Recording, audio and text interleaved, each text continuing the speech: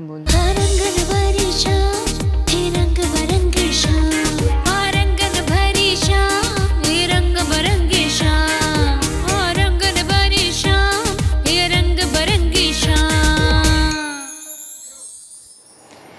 निकले थे अपनी मंजिल की ओर, निकले थे अपनी मंजिल की ओर, क्या पता था कि रास्ता जन्नत में जाके निकलेगा। बिस्मिल्लाहिर्रहमानिर्रहीम, अस्सलाम वालेकुम। माया किरण मीर ऐं तव्हां ॾिसी रहिया आहियो रंगन भरी शाम। कल्ह जेको ट्रेन हादसो थियो आहे ऐं इनखे चवंदा आहिनि त डिवेस्टेटिंग, हार्ट रेंचिंग हादसो आयो, मतिलबु दिलि दहिलाईंदड़ हादसो आहे हर इंसान जे लाइ, हर इंसानी ज़ात जे लाइ, हर उन मख़लूक लाइ जेको साह खणंदड़ आहे। तमामु अफ़सोस वारो वाक़ियो ऐं ॾुख वारो वाक़ियो आहे। जंहिं वक़्तु इहो हादसो पेश आयो कल्ह मंझंदि जे टाइम, यकीन न पियो अचे ऐं दुआ इहा ई हुई, छो त उन ताईं क्लियर पिक्चर न हुई। उन वक़्तु हर कोई दुआऊं पियो घुरे त अलाह ख़ैरु करे, ख़ैरु थी वञे, बसि ख़ैरु थी वञे। ऐं इहे हादसा ॾींहों ॾींहुं हाणे वधंदा था वञनि पिया। कुझु टाइम पहिरियां बि ट्रेन हादसो थी चुको आहे, जेका ट्रेन खे बाहि लॻी वई हुई। वरी कुझु अरसे खां पोइ ही हादसो थियो आहे, 10 बोगियूं उन जी निकिरी वियूं आहिनि। जेको नंढड़ो हेतिरो पुल जंहिंखे चइजे, उन जे मथां हलंदे हलंदे हलंदे अलाए कीअं जेको आहे बोगियूं निकितियूं आहिनि, जेके किरी पियूं आहिनि। उन में माण्हू कुझु ज़ख़्मी थिया ऐं केतिरा माण्हू अञा ताईं लापता आहिनि, जेके अञा ताईं मिलिया कोन्हनि। केतिरा माण्हू जिन में पोढ़ा हुया, जिन में नंढड़ा मासूम ॿार हुया, जिन में मतिलबु हर उमिरि जो इंसान हुयो, जेके शहीद थिया।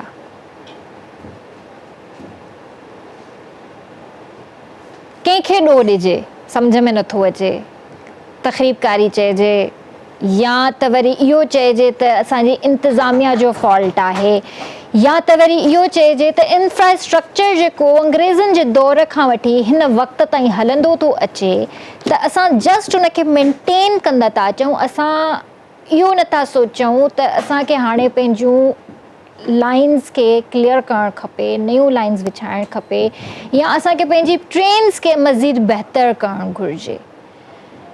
असां कंहिंखे ॾोह ॾियूं या असां इहो चऊं त इहो बसि हादसो थियणो हुयो, असांजी ज़िंदगी में इहो लिखियलु हुयो। बेशक मौत बरहक़ आहे, पर अल्लाह साईं खां पनाह घुरिजे अहिड़ी मौत खां बि। अल्लाह साईं खां इहा दुआ घुरिजे त अल्लाह साईं जॾहिं बि असांजो वक़्तु अचे त असांखे क़ब्र कफ़न नसीब कजां, असांखे कलमो नसीब कजां, असांखे हादसाती मौत खां बचाइजां। हर इंसानु इहा दुआ कंदो आहे। जॾहिं असां सफ़र ते निकिरंदा आहियूं, असां पंहिंजे अल्लाह जे हवाले पंहिंजो पाण खे करे निकिरंदा आहियूं, बेशक करे निकिरंदा आहियूं। पर ही फॉल्ट बेसिकली आहे कंहिंजो, ही असां हिन खे छा नालो ॾियूं।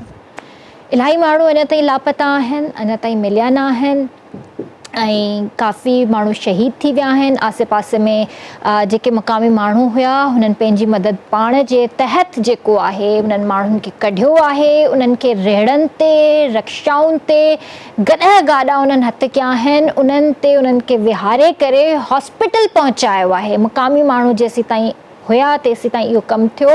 उन खां पोइ ॿिया इदारा पहुता, उन खां पोइ वधीक कार्रवाइयूं शुरू थियूं ऐं जेके आसे पासे में हॉस्पिटल्स आहिनि, उते इमदादी जेको फर्स्ट एड ॾियण वारो जेको सामान हूंदो आहे, उहो ताईं मौजूदु कोन हुयो, न ई वरी डॉक्टर्स जो अमलो मौजूदु हुयो।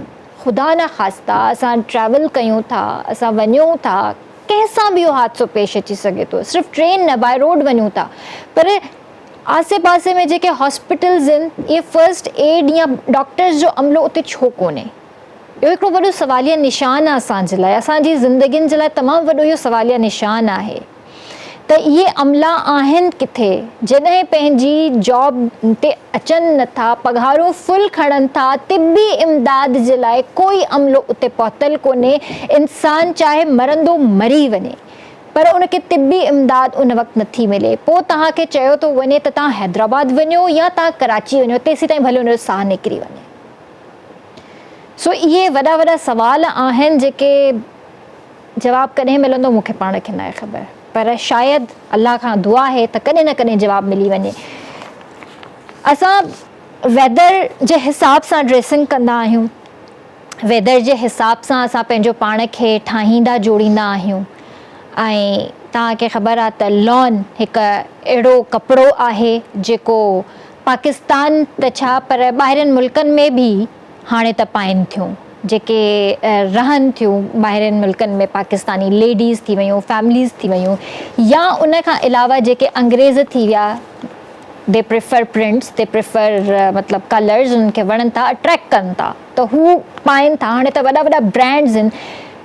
पंजाब जे हिकिड़े मॉल में आज़ादी सेल लॻल आहे, जिथे तव्हांखे ख़बर आहे त जिथे बि सेल लॻल हूंदी आहे त सुबुह खां 9 बजे खां वठी राति जो 6-10 बजे ताईं रश मथां रश हूंदी आहे। ऐं उते लेडीज़ त छा पर मर्द हज़रात जिन जो को कमु न आहे हूंदो, ठीकु आहे। तव्हां जेकॾहिं वञो था पंहिंजी लेडीज़ सां गॾु, तव्हां पंहिंजी औरतुनि सां गॾु जॾहिं वञो था त घटि में घटि तव्हां साइड ते थी बीह रहो, औरतुनि खे जेको आहे पंहिंजो कमु करणु ॾियो। ऐं उन खां अलावा उते गुतम गुता थी वई आहे, मतिलबु हिक ॿिए सां विड़ियूं आहिनि, औरतूं पाण खे मारियो अथनि, गारियूं ॾिनियूं अथनि। उन खां पोइ उन्हनि सां गॾु जेके मर्द हुया उहे अची विया, उन्हनि जेको आहे हिक ॿिए खे मोचड़ा हया आहिनि, एतिरी हद ताईं जो असलो निकिरी आयो। ऐं मॉल जेको मंज़र पेश करे पियो त उहो हिकिड़ो डिफरेंट ई मंज़र हुयो। त ही आहे असांजो पाकिस्तान, ही आहे आज़ादी जो नज़रानो। असां सेलूं हणूं, सुठी ॻाल्हि आहे, मिड समर सेल हणूं, मिड विंटर सेल्स हणूं, सुठी ॻाल्हि आहे, माण्हुनि खे उन मां फ़ाइदो थींदो आहे। पर इन जो इहो मतिलबु कोन्हे त असां जाहिलनि वारी हरकतूं कयूं। असां ॻाल्हियूं कंदा आहियूं त आज़ादी अचण वारी आहे, असां पंहिंजे पाकिस्तान जो नालो रोशन कयूं, असां कुझु अहिड़ो कयूं जो असांजो पाकिस्तान सुठो नालो करे, ॿाहिरिनि मुल्कनि में उनजी तारीफ़ थिए, सुठा सुठा कम कयूं। पर ही असां कमु कंदा आहियूं जॾहिं असां मॉल्स वेंदा आहियूं या कंहिं अहिड़ी जाइ ते असां वेंदा आहियूं, असां जाहिल थी वेंदा आहियूं। पोइ कीअं न असां ते दुनिया खिलंदी? असां पंहिंजो पाण खे छो कोन था चेंज करे सघूं? जॾहिं हर शइ असां वटि मौजूदु आहे, अलाह जी ॾिनल हर नेमत असां वटि आहे, त पोइ असां पंहिंजो पाण खे चेंज छो कोन था कयूं? बहरहाल इन्हनि ॻाल्हियुनि ते बि ॻाल्हाईंदासीं। अॼु जेको आहे असांजे पाकिस्तान जे लाइ वाक़ई प्राउड मूमेंट आहे, छो त 3 ॿार मूं वटि अॼु हिते स्टूडियो में मौजूदु आहिनि, जेके 2 छोकिरा आहिनि जंहिंजी उमिरि 14 साल आहे ऐं हिकिड़ी छोकिरी आहे जंहिंजी उमिरि 13 साल आहे। ऐं 2 छोकिरा जेके आहिनि 8th क्लास में पढ़ंदा आहिनि ऐं जेका छोकिरी आहे उहा 7th क्लास जी स्टूडेंट आहे, सेम स्कूल में आहिनि। माशाअल्लाह सां मतिलबु हुननि खे जेको आहे नासा वारनि इन्विटेशन ॾिनो त तव्हां अचो, तव्हां जेका हिकिड़ी इन्वेंशन कई आहे, जेके राति जो स्पेशली जेके ड्राइवर्स आहिनि, जेके ड्राइव कनि था, सॼी राति ड्राइव कनि था ऐं उन्हनि खे जेको आहे निंड अची वेंदी आहे समटाइम्स ड्राइव कंदे कंदे, त उन्हनि जे लाइ हिकु ग्लासिस ठाहिया अथनि, चश्मो ठाहियो अथनि, एंटी स्लीप ग्लासिस जंहिंखे चयो वेंदो आहे। तव्हां कुझु टाइम पहिरियां सोशल मीडिया ते हिकिड़ी पिक्चर ॾिठी हुई बिस्मा सोलंकी जी, जेका 13 सालनि जी आहे ऐं उनखे नासा इन्विटेशन ॾिनो हुयो ऐं उहा जेको आहे पाकिस्तान खे रिप्रेज़ेंट करणु वई। उन सां गॾु उन जा 2 मेल स्टूडेंट्स हुया, उन जा कॉलीग्स हुया जेके हिन जे ई स्कूल मां सेलेक्ट थिया ऐं विया उते। ऐं उन खां पोइ छा थियो छा न थियो उहो उन्हनि खां पुछंदासीं। सो मां तव्हांखे ॿुधायां त बिस्मा सोलंकी जो जेको तालुक़ु आहे उहो आहे टंडो आदम मां ऐं उन्हनि खे जेको आहे नासा मां इन्विटेशन मिलियो त पार्टिसिपेट कयो असांजो साइंस कैंप। ऐं उन में जेको आहे तव्हां पंहिंजो एंटी स्लीप ग्लासिस जे बारे में असांखे ॿुधायो। उन खां अलावा असां सां गॾु अॼु मौजूदु आहिनि रेहान वसीम ऐं ज़ुहैब सुल्तान, जेके पेशावर ऐं सियालकोट मां बिलोंग कनि था, पर ही 3 ॿार रहंदा कराची में आहिनि। सो उन्हनि खे भलीकार कंदासीं। अस्सलाम वालेकुम। वालेकुम अस्सलाम। कैसे हैं आप? ठीक हैं? बिल्कुल ठीक। आप कैसी हैं? तव्हां कीअं आहियो? बिस्मा तव्हां सां त मां सिंधी में ॻाल्हाईंदमि। मैं ठीक है। तबीयत ठीक है तव्हांजी? जी। अच्छा माशाल्लाह। पहले मैं इससे बात कर लूँ सिंधी में, फिर मैं आपकी तरफ आती हूँ, आपसे मैं डिटेल में बात करूँगी। जी। छा हाल आहिनि तव्हांजा? कीअं आहियो? कीअं पियो फील थिए तव्हांखे अॼु असांजे शो में अची?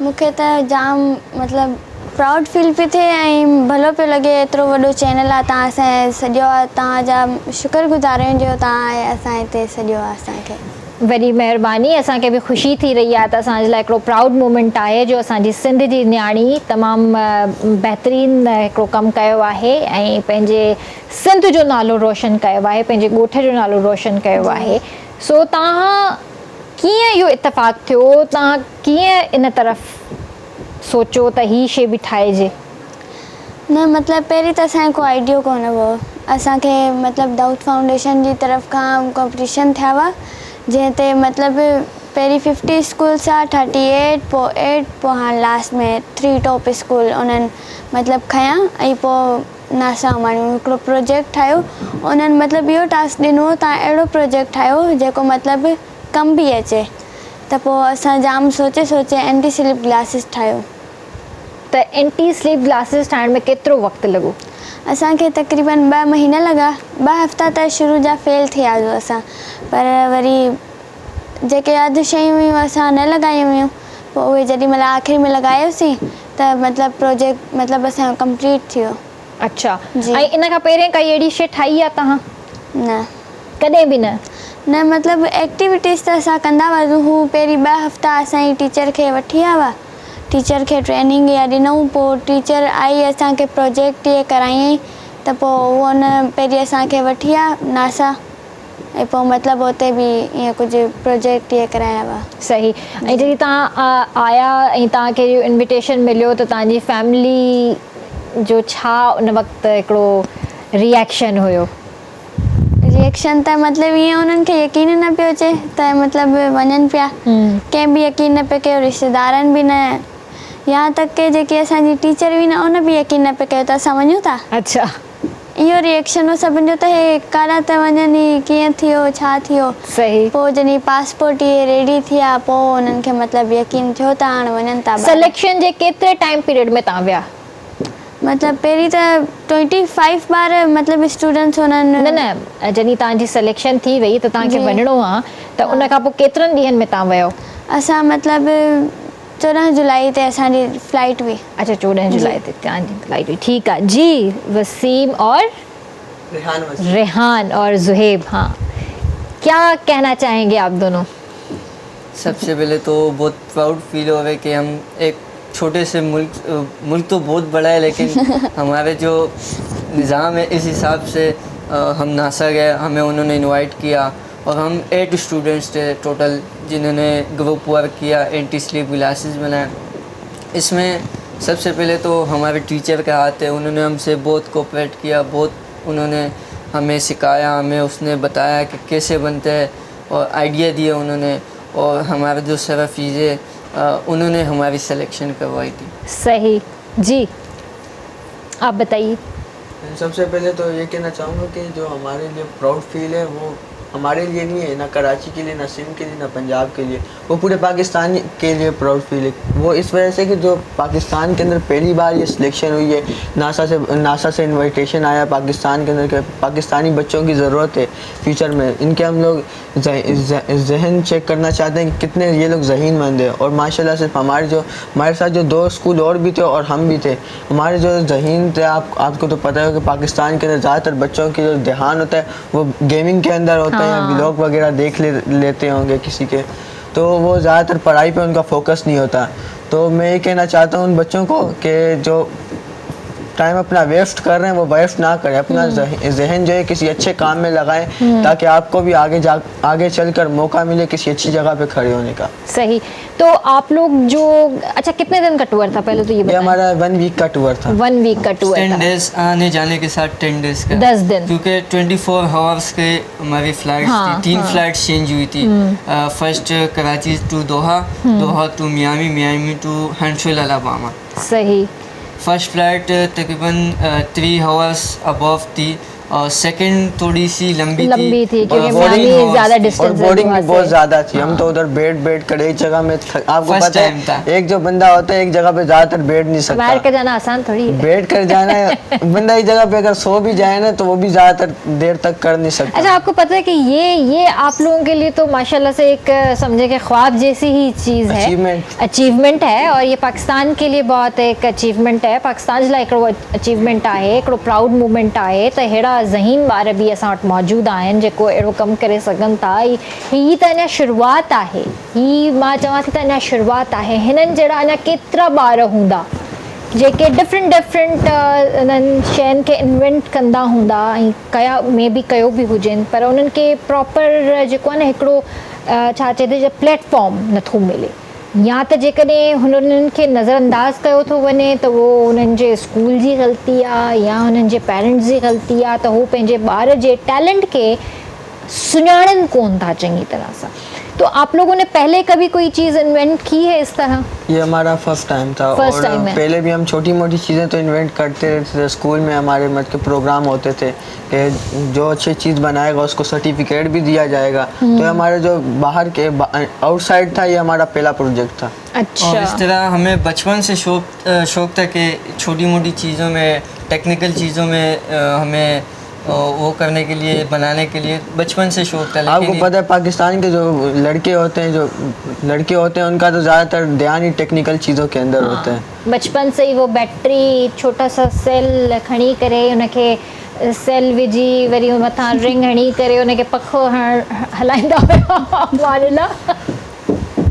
अगरि मां ग़लति न आहियां त नंढे हूंदे असांजा ॿार त तमामु घणो इहो कमु कयो आहे, जो नंढड़ा नंढड़ा सेल खणी बैटरियूं लॻाए उनजे अंदरि तारूं जोड़े ऐं पखा हलाईंदा हुआसीं ऐं माइटनि खे ॾेखारींदा हुआ त ॾिसो इहे इन्वेंशन्स आहिनि, इहे नंढियूं नंढियूं शयूं आहिनि जेकॾहिं अॼु असां सोचूं त इहो उन टाइम बि वॾी शइ हुई। ऐं इहे नंढियूं नंढियूं शयूं जेकॾहिं तव्हांजा ॿार कनि था त तव्हां उन्हनि खे करणु ॾींदा कयो, बल्कि उन्हनि जी हौसला अफ़ज़ाई कयो। त बिस्मा, तव्हां इहो ॿुधायो त तव्हांजा ही 10 ॾींहं कीअं गुज़रिया? उहे त स्टार्टिंग जा सम्झ में न पिया आया, बोरिंग बि गुज़रिया, ॿ टे अम्मी अबू जी यादि बि जाम पे आई। इहो न थियो त मतिलबु काफ़ी ॿार रुना बि विया। अच्छा, उहो छो? हुननि मां बि शामिल हुअमि। वजह रोइण जी? यादि बि आई मतिलबु घर वारनि जी। त तव्हांखे त मतिलबु तव्हां नासा पहुची वियो, पोइ त सभिनीनि खे विसारे छॾियो, पोइ त तव्हांखे कंहिंखे यादि रखण जी ज़रूरत ई कोन्हे, नासा जॻह ई अहिड़ी आहे। न, पर असां हिकिड़ो हफ़्तो असांखां मोबाइल बि वरितो हुई न। ज़ाहिर आहे। उहो छो करे एक्टिविटी में ध्यानु ई न ॾींदा हुआसीं, तॾहिं करे पोइ उन्हनि वरिता हुआ। ईअं त पोइ फैमिली खां बि न ॻाल्हाए सघंदा हुआसीं, तॾहिं करे हिकारी ॿार जाम रोईंदा हुआ। ऐं पोइ जॾहिं हूअं ई मतिलबु एयरपोर्ट ते त 2 ॾींहं असां एयरपोर्ट ते गुज़रिया आहिनि, मतिलबु फ्लाइटनि ते हिननि ते। तॾहिं करे पोइ जॾहिं असां नासा पहुचासीं पहिरें ॾींहं ते जाम असां थकिजी पिया हुआसीं। पोइ नेक्स्ट डे खां असांजी एक्टिविटी स्टार्ट थी। उन एक्टिविटी जे दौरान तव्हां उते छा छा ॾिठो? असां मार्स जे बारे में सिखियो, मतिलबु गैलेक्सी वग़ैरह इन्हनि जे बारे में अहिड़ी शयूं सिखियूं, मिशन कया ऐं मतिलबु जाम असां शयूं सिखियूं हुते। ऐं मून वॉक बि कई। मतिलबु मून वॉक त ईअं मतिलबु हिकिड़ी हुई राइड, उन ते ईअं फीलिंग ईंदी आहे त तव्हां चंड ते पिया हलियो। वाओ। ऐं असां मून शॉट राइड बि कई, जंहिंमें मतिलबु तव्हांखे फीलिंग अचे थी त रॉकेट में त तव्हां डायरेक्ट वञो न, उहा बि ईअं ई फीलिंग पई आई असांखे। वाह। ऐं केतिरो मतिलबु लॻो तव्हांखे पंहिंजी एक्टिविटीज़ खे कंप्लीट करण में? असांजी काफ़ी एक्टिविटीज़ हुयूं जेके मतिलबु असां न कयूं हुयूं। अच्छा। छो करे असां मतिलबु जाम, असांजी टीम घणो तरह न लेज़ी हूंदी, तॾहिं करे असां अधु। ये सही बात है, लेजी थी आप लोगों की टीम? हमारी टीम लेजी नहीं थी, लड़कियां लेजी थी। लड़कियां लेजी थी। क्यों लड़कियां तो भाई कहते हैं कि हर मतलब फील्ड में लड़कियां सबसे आगे होती हैं। हाँ, लेकिन इस फील्ड में लेडीज बैक में थी। अच्छा, इहो छो भला? इते छोकरा नंबर खणी विया? न, हे मतिलबु इन्हनि खे त जाम इंजॉय पे कयो। हाणे तव्हां पाण ई अंदाज़ो लॻायो, 2 स्कूल जा छोकिरा जंहिंमें का बि छोकिरी न आहे, उन में 2 छोकिरियूं हूंदियूं त उहे छा कंदियूं? न, 2 त चवंदा आहिनि न, त सब पे भारी। तव्हांखे त भारी थियणो हुयो हिननि ते। उहो त असां हिननि खे जाम तंग कयो आहे मिली। एक्टिविटीज़ में लेज़ी थी? एक्टिविटीज़ कुछ लेज़ी भी थी और कुछ मतलब एक boring active type करने के भी लिए थी। थी। अच्छा, वो क्या था, मुझे ज़रा बताएं, थोड़ा डिटेल में बताएं। चले, मुझे ब्रेक का भी इशारा हो गया, ब्रेक के बाद हम इस बात को डिस्कस करते हैं। जी व्यूअर्स, इंटरेस्टिंग टॉपिक आहे, तव्हां जे ॿारनि जे लाइ हिकिड़ी इंफॉर्मेशन भी आहे त तव्हां पंहिंजे ॿारनि खे अॻिते हली करे इन टाइप जूं एक्टिविटीज़ भी कराए सघो था, त मे बी नेक्स्ट तव्हांजो ॿारु हुजे जेको नासा ताईं पहुची वञे। तेसीं ताईं ब्रेक वठंदासीं, जल्दी वापसि था अचो।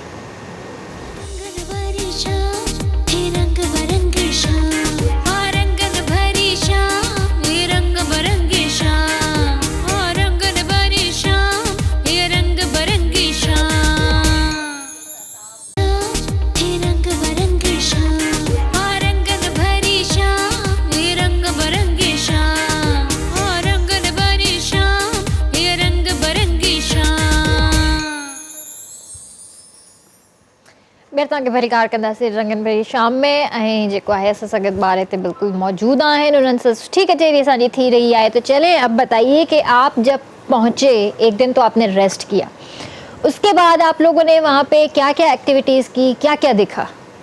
हमने उधर सबसे पहले जैसे पार्क के अंदर एंटर होने लगे, सबसे पहले तो हमने बड़े बड़े रॉकेट्स देखे, क्योंकि जब नासा स्पेस गेम गए तो उधर अगर रॉकेट ही नहीं है तो फिर वो स्पेस गेम किस टाइप का होगा। सही। फिर जब हम अगले दिन उठे तो हमने फिर तकरीबन हमने 5 दिन उधर अंदर स्टे किया नासा कैंप के अंदर। हमने मतलब कि एक्टिविटीज़ की। दो दिन जो थे वो हमारे घूमने फिरने के थे। 5 दिन के अंदर हमने अल्फा मिशन किया, स्विमिंग की और मून शॉट राइड एंजॉय की। मून शॉट राइड इस तरह थी कि मतलब कि हम लोग कभी जो एस्ट्रोनॉट्स होते हैं वो रॉकेट में बैठ के जिस तरह चांद पे जाते हैं, हमें बिल्कुल वो वाला एक्सपीरियंस आता था। और जब वो दोबारा अर्थ पे आते हैं तो जब हम लोग मून शॉट से नीचे आते थे तो मतलब कि हमारी 5 से 6 सेकंड के लिए ऐसे होता था जैसे हमारी दिल की धड़कनें ही गायब हो ओए गई। होए। इतना मतलब कि डिफिकल्ट होता था। एक्सपेंसिव जो राइड थी ना, द मल्टी एक्सेस था, वो जब घूमता था, घूमता भी था लेकिन चक्कर नहीं आते थे। अच्छा। वो ऐसे बनाया गया था और घूमता भी काफ़ी स्पीड से स्पिन करता था लेकिन चक्कर उसमें नहीं आते थे।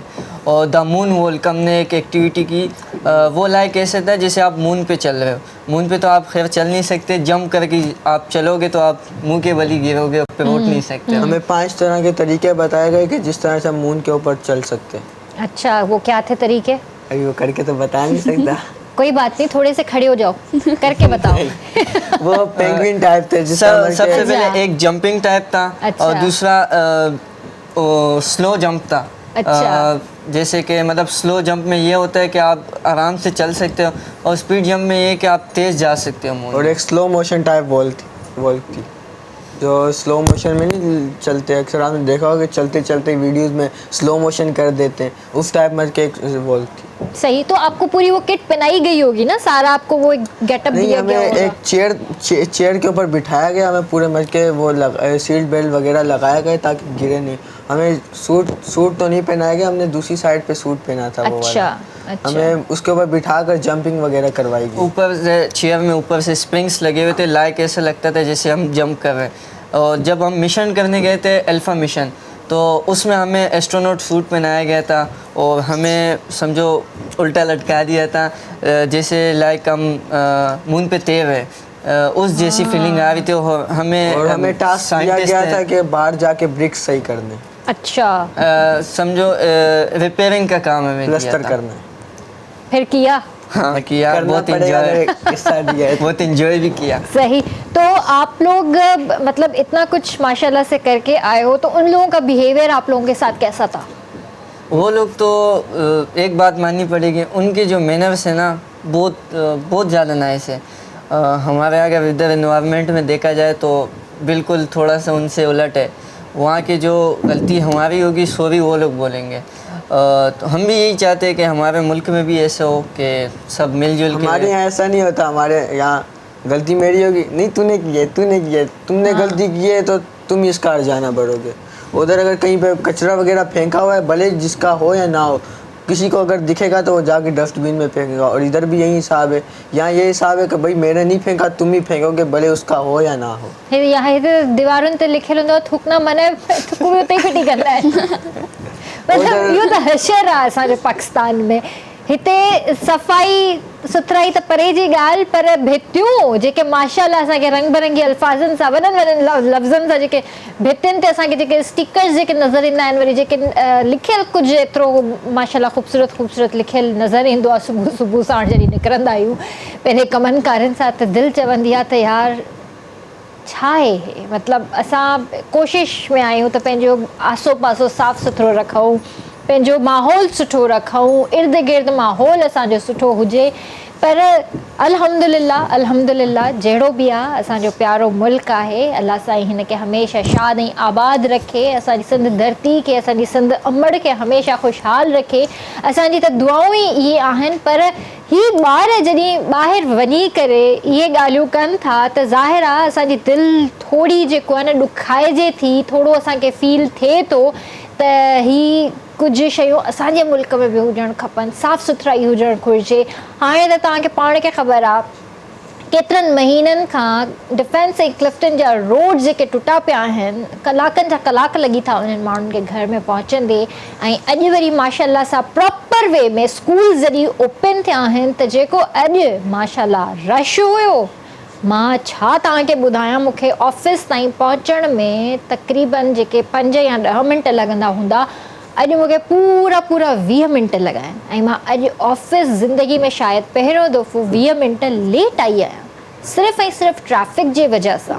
एॾो ट्रैफ़िक जो खुलियल ट्रैफ़िक ते खुलियल सिग्नल ते ट्रैफ़िक बीठल आहे, ऐं जॾहिं सिग्नल बंदि आहे त माशाल्लाह सां फुल स्पीड में ट्रैफ़िक हली रही आहे। इहो त असांजो निज़ाम आहे जंहिं ते फ़ख्रिया असां चवंदा आहियूं तुम जीते रहो। अच्छा, वहाँ पर एनवायरनमेंट अच्छा लगा आपको? वहाँ का एनवायरनमेंट जो था ना वो बहुत ही मेरे के अच्छा था। उधर रोड के ऊपर भी अगर आप इधर देखेंगे ना, रोड के ऊपर अगर कोई पौधे वगैरह लगाएगा, अगले दिन देखोगे वो सारे के सारे गायब होंगे। ये तो है पाकिस्तान के अंदर, ये कहना मतलब के झूठ नहीं है, सच है। और उधर जो है रोड के ऊपर भी ग्रीनरी है।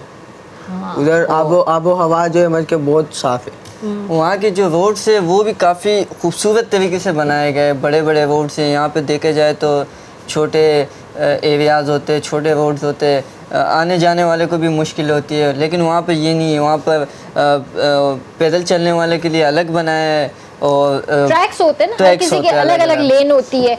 तव्हां मूंखे ॿुधायो त तव्हांजो एक्सपीरियंस जेतिरा ॾींहं बि तव्हां उते हुया, तव्हांजो एक्सपीरियंस, तव्हांजी एक्साइटमेंट, तव्हां फारिग वक़्त में छा कयो, ऐं जेके बि एक्टिविटीज़ तव्हां कयूं त तव्हां केतिरो इंजॉय कयो? पहिरीं त मां हुन जी ॻाल्हि करणु चाहींदमि जंहिं मतिलबु हो झूले जी ॻाल्हि करे पियो न राइड जी, त चई पियो न त चकर बि नथा अचनि, घबराए पिए पियो त मूंखे इहो न खणो। पहिरीं मां इन खां पहिरीं वई हुयमि, सभिनी स्टूडेंट मतिलबु 2-3 खां पहिरीं वई हुयमि, त हे ॾिसनि पिया। पोइ टीचर जॾहिं चयो न त हे ॾिसो बहादुर आहे, त हे बि पहुचनि था, त असां बि वञी था ॾेखारियूं। सही, उते हिननि जी हालत जाम ख़राबु थी आहे। सही। अच्छा, सॼे सोशल मीडिया में माशाल्लाह तव्हां सां गॾु तव्हांजो स्टूडेंट्स ॿिया बि हुया, कॉलीग्स ॿिया बि हुया, पर सॼे सोशल मीडिया ते तव्हांजी हिकिड़ी घणी वाह थी आहे, उनजी छा वजह आहे? उनजी इहा त मतिलबु ग़लती मतिलबु थी वई आहे, अॻियां पोयां के न्यूज़ वारनि मतिलबु इहा करे छॾी आहे ॻाल्हि, पर असां टीम मेंबर्स आहियूं न, बराबरि आहियूं, को हिक ॿिए खां मथे न आहे, को मतिलबु कान्हे। पर इन ॻाल्हि जो मूंखे बि ॾुख आहे, त मुंहिंजी टीम खे बि ॾुख पहुचो आहे त मतिलबु ईअं छो कयो अथनि। पर हाणे तव्हांजी तरफ़ां हिकिड़ी प्रॉपर पिक्चर न वई हुई उहो त मूंखे बि न आहे स्कूल जी तरफ़ां या कंहिंजी तरफ़ां, छो जो तव्हांजी सॼी टीम हुई, तव्हांजो पूरो स्कूल हुयो, तव्हांजा टीचर्स हुया, जी उन्हनि जी पिक्चर उहा त वई आहे, काफ़ी वयूं जी। सही। तव्हांखे वधीक कहिड़ी एक्टिविटी में मज़ो आयो? फ़िलहाल त मतिलबु होॾां मूंखे सिर्फ़ु मून शॉट राइट सिर्फ़ु हुन में जी, उहा मूं 5 चकर खाधी। अच्छा, 5-6 खां बि वधीक। तव्हांखे 5 दफ़ा हिकिड़ो दफ़ो बि चकर कोन आयो? न, बल्कि मज़ो पियो आयो। मथे वञो, वरी सॼो नज़ारो ॾिसो। जॾहिं मां नज़ारो छा हुयो मथे? मतिलबु मथे वयमि, जीअं हिकिड़े ॿिए मिल्टे लाइ बीहे थी त मथे, त ॾिठुमि त हर जॻह मतिलबु फॉरेस्ट ई फॉरेस्ट, जंगल ई जंगल, हर जॻह दरख़्त, हरियाली, परे परे ताणी शहर न पियो ॾिसणु आयो, हर जॻह हरियाली हरियाली। माशाल्लाह ज़बरदस्त सुठी ॻाल्हि आहे इहा त यानी तव्हांजो ओवरऑल चइजे त एक्सपीरियंस ॾाढो सुठो रहियो जी। फ्री वक़्त में छा कंदा हुया बस फ्री वक्त में के त ॿार मोबाइल हलाईंदा के खेॾींदा हुआ अच्छा किथे ॿाहिरि विया न घुमण असांखे फॉरेस्ट में बि वठी विया उहा बि एक्टिविटी थी स्विमिंग वारी बि एक्टिविटी थी ऐं असांजा जेके मतिलबु शेपरोन आहे न जेकब सर ऐं सर साशा नाला त अजीब आहिनि हिननि जा पर इहे असांजा मतिलबु जाम भला हिननि असांजो मतिलबु जाम केयर बि कई हिननि जी। सही सुबुह जो कहिड़े वक़्तु उथंदा हुयो राति जो कहिड़े वक़्तु सुम्हंदा हुयो सुबुह जो असां 7-8 बजे उथंदा हुआसीं हे ॾींदा मतिलबु 50-43 ईअं मिनट रेडी थियण लाइ अच्छा रेडी थियण लाइ पर असां ॿिनि गर्ल्स खां न पहिरीं त बोई त अची वेंदा गर्ल्स खे टाइम लॻंदो आहे भई तयारु थियण में इहा त वार ॻाल्हि आहे। ठाहींदियूं थोरो मेकअप शेकअप कंदियूं अञा त ख़ैर उहा एज कोन्हे मेकअप वारी जी। पर तॾहिं बि वार सुठा लॻनि हाँ। ईअं न अच्छा आप तीनों से ही सवाल है बारी बारी देना है आपने ठीक है अब आपने एक इन्वेंशन की एंटी स्लीप ड्राइवर ठीक है एंटी स्लीप ग्लासेस ड्राइवर कह रही हूँ एंटी स्लीप ग्लासेस जो ड्राइवर्स के लिए आपने बनाया है चश्मा आप लोगों ने उनको कैसे सेटिस्फाई किया कि ये 100% वर्क करेगा देखें उनकी टेक्नोलॉजी बहुत आगे हमारी सोच से भी ज़्यादा आगे लेकिन क्या वो आपकी इस बनाई हुई चीज़ से वो सेटिस्फाई हुए या उन लोगों ने आपसे ये कहा कि इसमें अभी मज़ीद थोड़ा प्रैक्टिस की ज़रूरत है आपको या उन्होंने अपनी भी कुछ चीज़ें इसके अंदर ऐड ऑन की ये हमने जस्ट एक मॉडल बनाया ये जब बड़े बड़े लैब्स में जाएंगे इसमें और इम्प्रूवमेंट अभी हम इस पे एक और इम्प्रूवमेंट ला रहे हैं उस पर भी कोशिश कर रहे काम चल रहा है इसमें और भी इम्प्रूवमेंट आएगी उनको ज़ाहिर सी बात है जब हमने उनको बताया उनको पसंद आया तो उन्होंने हमें इनवाइट किया और अगर रिजेक्ट होते तो फिर नहीं बुलाते सही। और उनने भी हमें आइडियाज़ दिए उस पर भी हम काम करेंगे मज़ीद इसको और इम्प्रूव करें इंशाल्लाह आप क्या बोलेंगे हमें तो सबसे पहले मतलब कि एक ऐसा प्रोजेक्ट ऐसी चीज़ या ऐसा प्रोजेक्ट बनाना था कि जिसका मतलब कि कोई फ़ायदा भी हो नुकसान ना हो फ़ायदा ये है कि हमें इस तरह का प्रोजेक्ट बनाना था जिससे मतलब कि फ़ायदा पहुँचे तो हमने anti sleep glasses for driver चुना क्योंकि आपने देखा होगा कि रात में जो ड्राइवर्स होते हैं ड्राइविंग करते हुए सो जाते हैं या आँख लग जाती है तो बड़ी गंदी तरह मतलब के घायल होते हैं एक्सीडेंट बहुत बुरी तरह होते हैं और पूरे रोड के ऊपर मतलब के सामान बिखर जाता है कार का एक्सीडेंट जो होता है वो आपने देखा होगा अगर एक कार का एक्सीडेंट हुआ तो 2-4 को तो साथ में लेके ही जाएगी तो हमने फिर एंटी स्लीप ग्लासेस ड्राइवर बनाए कि जब ड्राइवर इन ग्लासेस को पहनेगा तो इसके अंदर जो लगा IR सेंसर जिसे हम इंफ्रारेड सेंसर कहते हैं वो एक्टिव हो जाएगा तो जिससे बजर बजना स्टार्ट कर देगा अच्छा बजर भी मतलब कि इस तरह की आवाज़ निकालते हैं बहुत ही हाई लेवल की आवाज़ जिससे डायरेक्ट मतलब के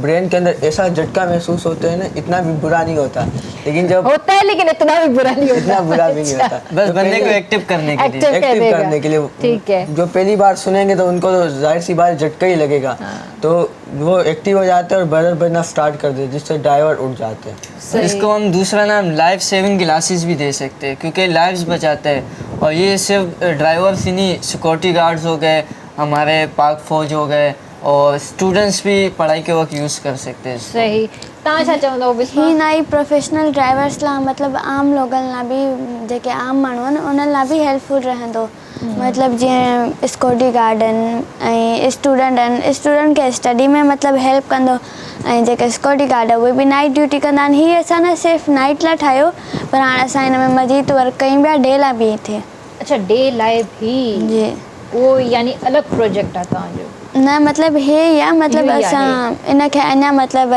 कंदा अथऊं अॻियां मतलब अञा एडवांस करण जी कोशिश था इस कयो पर भी हम और इम्प्रूवमेंट करेंगे कि ये डे में भी चले डे में इस वजह से नहीं चलते स्पेशली नाइट के लिए बना हुआ है सन की जो रेजेज है वो इसको डिटेक्ट करते हैं तो फिर ये बचते ही रहता है क्योंकि नाइट ड्राइवर अक्सर आपने देखा होगा कि बड़ी जो व्हीकल्स होती है उनको रात में अलाउ होता है ड्राइव करना दिन में उनको नहीं अलाउ होता है तो उनकी फिर नींद भी पूरी नहीं होती स्पेशली हमने उनके लिए ये बनाया प्रोजेक्ट सही अच्छा ये आँखों के लिए नुकसानदेह या ब्रेन के लिए नुकसानदेह कोई ऐसी ये किसी चीज़ के लिए भी नुकसानदेह नहीं क्योंकि जब आप अपनी आंखें बंद करेंगे तो इन ग्लासेस में मौजूद जो सेंसर है वो तब एक्टिव होगा और तभी इसकी लाइट ऑन होगी जैसे ही आप आंखें खोल लेंगे तो इसकी लाइट जो चल रही होती है वो बंद हो जाती है इसके कोई साइंटिफिक इफेक्ट नहीं है मतलब ये यूज़ कर सकते हो बिना टेंशन के ये इसमें कोई- साइंटिफिक तो खैर ठीक है, बहुत अच्छी चीज़ है, लेकिन मेडिकली अगर देखा जाए तो थोड़ा अगर ब्रेन को इफेक्ट करे तो ये थोड़ा भी नहीं करेगा, क्योंकि नहीं जब आप करेगी। जब एक बार आपको पता चल जाए कि आप नींद आ रही है, तब आप इसको अगर पहनेंगे तो जब आप एक दो बार ही मतलब कि आंखें बंद करेंगे तो आप एक दो बार ये बजेगा, ज़्यादातर फिर अगर आप सोने की कोशिश करेंगे तो फिर बजता ही रहेगा, तो उसकी वजह से भी इसका नुकसान नहीं है। और जो मतलब कि आप अगर आपको ज़्यादा नींद आ रही हो तो फिर आप गाड़ी रोक कर भी सो सकते हैं। इस पे अभी हम और इम्प्रूवमेंट ये भी लाएंगे कि इसमें हम वाइब्रेशन मोशन भी डालें। अच्छा। क्योंकि वो ज़रा वाइब्रेट होगा, अगर किसी को साउंड का इशू है तो वाइब्रेट से भी वो एक्टिव हो जाएगा, और ये खाली एक्टिव होने के लिए हमने बनाया है ताकि वो एक्सीडेंट से बच जाए। सही। तो आपका ये जो प्रपोजल था या आपका ये जो प्रोडक्ट था, आप वहाँ ले गए, उन्होंने देखा, उसके बाद अब नेक्स्ट स्टेप क्या है इसका? नेक्स्ट तो अभी फ़िलहाल हम इस पे और इम्प्रूवमेंट करेंगे, फिर एक नेक्स्ट प्रोजेक्ट पे भी हमने सोचा है इंशाल्लाह अगर कोई न्यू पार्टिसिपेशन आएगी तो हम न्यू प्रोजेक्ट पे काम करेंगे। नहीं, जैसे अभी आपने एक इन्वेंशन कई तरह, आप लोगों ने, मैं उर्दू में बात कर रही हूँ ताकि आप लोग भी समझ जाएं कि आप लोगों ने एक इन्वेंशन किया, अब आप गए वहाँ पे अपना मॉड्यूल लेकर, जो भी XYZ आपका मॉड्यूल है, तो उनको पसंद आया, तो क्या उन्होंने वो चीज़ अपने पास रखी, फार्मूलाज वगैरह जो भी आप लोगों ने यूज़ किया वो उन लोगों ने अपने पास रखी या आपको हैंड ओवर कर दिए वापस? हमें वापसी हैंड ओवर कर वापस हमें हैंड ओवर कर दिए। उनको हमने गाइड किया कि इस तरह हमने बनाया, सब कुछ पूरा प्रोसेस बताया, फिर उन्होंने हमें दे दिया कि अच्छा। ये आप अपने संभाल के रखना और इस पे और भी इम्प्रूवमेंट है। फिर जो इन फ्यूचर प्रोजेक्ट हम है इसके ना, ऊपर ये आईलेट के मतलब डिटेक्ट तो करे ना, मतलब जिथे तव्हां आईलाइनर लगाए बैठे ये जगह डिटेक्ट तो करे, मतलब जीअं पलकूं ये लगन थियूं न त पोइ हो वञण तो स्टार्ट थिए ईअं। अच्छा, हाँ। सही। त तव्हां पाण पाए करे यूज़ कयो हुयो? हाँ, सभी ने मतलब असां यूज़ कयो, सभी ने काफ़ी चकर त असां फेल थिया थियूं, छो करे असां हिन में अधु शयूं न विधियूं हुयूं, जीअं सेंसर, काफ़ी बज़र ईअं। केतिरा दफ़ा हिनखे ठाहियो, केतिरा दफ़ा हिनखे में फेल थिया? असांजा तक़रीबन 8 ग्लासिस त मतलब हुआ, 4 त असांजा ज़ाया थिया। ऐं ख़र्चो केतिरो आयो हुन ते? ख़र्चो त उहो त हाणे असांखे बि न आहे ख़बर, उहो असांजे प्रिंसिपल खयो। प्रिंसिपल कयो हूंदो, तो जी। लाज़मी उन्हनि ही कयो हूंदो। 15-16 हज़ार का इसके ऊपर खर्चा आया था, जो हम नुकसान के अंदर गए थे। लॉस में गए थे, लॉस में गए क्योंकि थे। हमें पता है हम मार्केट जाते थे, हम ढूंढते थे चीज़ें, हाँ। और तकरीबन इन्होंने बताया ना 8 से 9 दफ़ा हम फेल हुए। इसमें 2-3 चीज़ें हमने ऐसी लगाई नहीं थी जिससे वो फ्यूज़ हो जाता था सेंसर, क्योंकि फ्यूज़ हो उसको जाता ज़्यादा वोट जब दोगे तो फ्यूज़ हो जाएगा। हमने इसमें रजिस्टर लगाया, वो इसलिए लगाया ताकि उसके करंट को बैलेंस करके पहुँचाए, तो हमने वो जब लगाया तो उसके बाद हम सही। सक्सेसफुल हो गए थे। आप लोगों की फैमिली का क्या एक वो कहते हैं ना कि एक्साइटमेंट लेवल था? अभी पाकिस्तान की फैमिली में क्या है, ओ माय गॉड, ये तो कोई रिएक्शन नहीं देता। ये सबसे पहले तो यही बोलते हैं नहीं तू झूठ बोल रहा है। सबसे पहले तो हमारी फैमिली में जो ऐसा कोई रिएक्शन नहीं आया था, बोल रहे थे भाई तुम मजाक कर रहे हो, झूठ बोल रहे हो। फिर हमारे टीचर से रब्ता किया, फिर टीचर्स ने बताया ये रियली सच है। हमारी टीचर्स को भी खुद यकीन नहीं था कि हम जा रहे हैं, सही। तो हमारी पूरी फैमिली में फिर जाके पता चला। सही। जैसे कि हम इसने बताया कि किसी को यकीन नहीं हो रहा था कि हम जा रहे हैं। शुरू में तो मतलब बहुत बड़े बड़े स्कूल्स थे, काफ़ी उनके पास काफ़ी नॉलेज थी, तो डर भी लग और रहा था। उनके जो प्रोजेक्ट थे ना गाड़ियों पे आ रहे थे, हम तो मतलब कि हमारा इतना सा प्रोजेक्ट टेबल के ऊपर रख दो तो तब भी नजर नहीं आता। मिनी जब तक- पॉकेट था। अक्सर कोई आता था बोलता था आपका प्रोजेक्ट, हम बोलते हैं वो 3-4 बार गुजर जाता, वो समझता था आपका प्रोजेक्ट अभी आएगा, ऐसे भी होता था। तो जब हम जीते तो उसके बाद जब हमने उनको बताया, फैमिली को बताया कि इस तरह हम जीते, तो उन्होंने यकीन तो शुरू में नहीं किया कि नासा USA जाने का मौका मिला, लेकिन फिर बाद में जब सब कुछ हुआ, तकरीबन 3 to 4 मंथ्स में प्रोसेस हुआ सब कुछ, उसके बाद जब हमारी फ़्लाइट थी फर्स्ट, तो फिर उनको यकीन हुआ कि हाँ जा।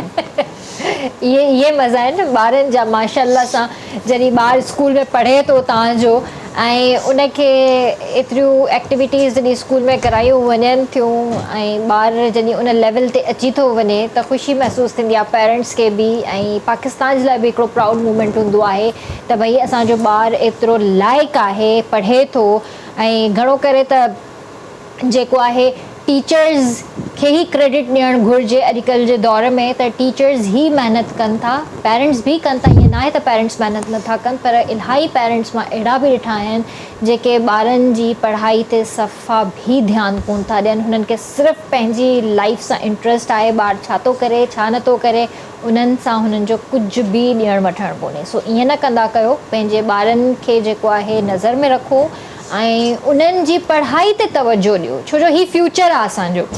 हीअ जेके ॿार मूं वटि हींअर वेठल आहिनि ही पाकिस्तान जो फ्यूचर आहे। ऐं अॼु हिननि हिकिड़ी अहिड़ी शइ ठाही आहे, हिकिड़ो ग्लास अहिड़ो ठाहियो आहे जेको मतिलबु चश्मो जंहिंखे असां चइजे त पाए करे ड्राइवर राति में आराम सां पंहिंजी ड्राइव करे सघे थो। ऐं ख़ुदा न ख़ासि त जेकॾहिं उनखे निंड अचे त उहो हिकदमि उन में सेंसर्स आहिनि, उहो हिकदमि उनखे जेको आहे जॻाईंदो ऐं उहो वापसि जाॻी करे पंहिंजी ड्राइव खे प्रॉपर वे में अॻिते पंहिंजी मंज़िल ताईं पहुची सघे थो। सो ही फ्यूचर आहे। अॼु जेकॾहिं हिननि एंटी स्लीप ग्लासिस ठाहिया आहिनि त सुभाणे ही अलाए छा छा ठाहे सघनि था। ऐं केतिरा ई अहिड़ा ॿिया ॿार हूंदा जेके असां वटि पाकिस्तान में सिंध में असां वटि मौजूदु आहिनि जेके कुझु करणु चाहिनि था। बसि ॻाल्हि इहा आहे त हुननि खे हिकिड़ो प्लेटफॉर्म मिले ऐं हिकिड़ो सुठो स्कूल हुजे जिते उन्हनि खे पढ़ाई सुठी हुजे, जिते उहे सुठे तरीक़े सां पढ़ी सघनि। तव्हांजी टीचर्स में कोई वियो हुयो तव्हां सां गॾु?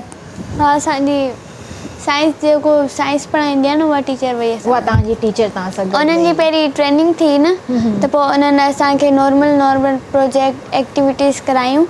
पोइ असांखे मतिलबु science centre TTF magnet science centre वठी आहे। पोइ उते असांखे ॾाढो सुठो आहे। हा, इहा त ॻाल्हि आहे। साइंस मैग्नेटिक छा अथसि नालो प्रॉपर? साइंस TTF साइंस ॾाढो सुठो आहे इहो। उते तव्हां पंहिंजे ॿारनि खे वठी वञो ऐं मुंहिंजे ख़्याल में हुन जी फीस बि घटि आहे, एतिरी घणी कोन अथसि। 1000 अथसि मुंहिंजे ख़्याल में एंट्री पासिस, या 1500 अथसि। 1500 अथसि। छो मुंहिंजी सिस्टर जो नंढो पुटु आहे, उहा हुनखे अक्सर उते वठी वेंदी आहे वीकेंड्स ते। तमामु बहितरीनु शइ आहे, छो त मां पाण अञा ताईं विज़िट न आहे कयो, मूंखे पाण खे ॾाढो शौक़ु आहे विज़िट करण जो।